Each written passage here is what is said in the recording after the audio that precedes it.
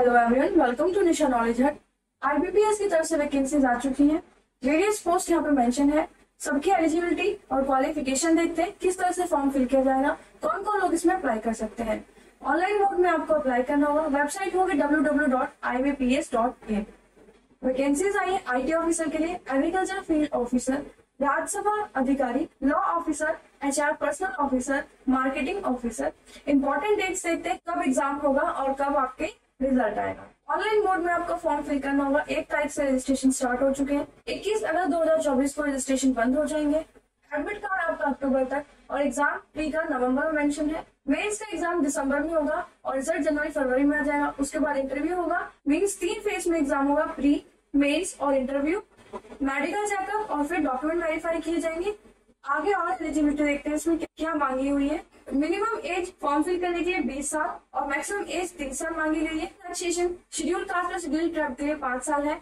OBC जो non creamy layer के candidates हैं उनके लिए 3 साल, डिसेबल कैंडिडेट्स के लिए 10 साल, एक्स सर्विसमैन के लिए 5 साल और पर्सन अफेक्टेड बाय 1984 में जो राइट्स हुए थे उनके लिए 5 साल। SC, ST और ओबीसी के कैंडिडेट्स रिजर्वेशन से फॉर्म तभी फिल कर पाएंगे जब उनके पास उसका सर्टिफिकेट होगा। कास्ट सर्टिफिकेट बेसिकली यहाँ पे मांगा गया है।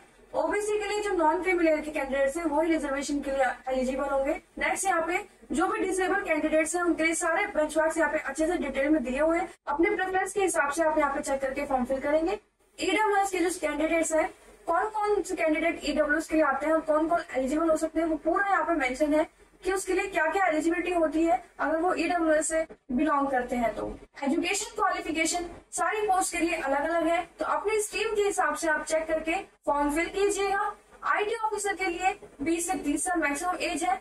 एग्रीकल्चर फील्ड ऑफिसर के लिए 20 से 30 साल। साइड में सारी डिग्रियां और क्वालिफिकेशन मेंशन है, तो आप एक बार चेक कर लीजिएगा। राज्यसभा अधिकारी, law officer, HR personal officer, marketing officer, इन सभी के लिए मिनिमम एज 20 साल और मैक्सिमम एज 30 साल है। सभी के लिए ग्रेजुएशन या किसी के लिए पोस्ट ग्रेजुएशन यहाँ पे मांगी गई है। SC, ST और PWD के जो कैंडिडेट्स हैं उनके लिए 175 फॉर्म की फीस होगी। बाकी सबके लिए 850 रुपीज फॉर्म की फी है।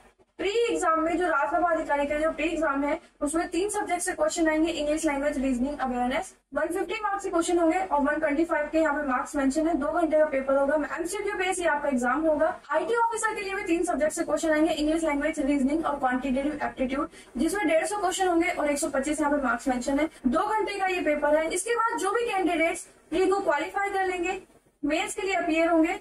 आईटी ऑफिसर का जो मेन एग्जाम प्रोफेशनल नॉलेज का होगा, 60 क्वेश्चन आएंगे, 60 नंबर के। क्वेश्चन पेपर का मीडियम हिंदी और इंग्लिश होगा। ड्यूरेशन आपको 45 मिनट्स मिलेंगे। राज्यसभा अधिकारी के लिए ऑब्जेक्टिव और डिस्क्रिप्टिव दोनों टाइप के क्वेश्चन पूछे जाएंगे। मैक्सिमम 60 नंबर के क्वेश्चन होंगे।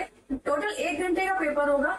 कोई भी क्वेरी होती है या फिर डिटेल नोटिफिकेशन आपको रीड करनी है तो वेबसाइट मेंशन है www.ibps.in।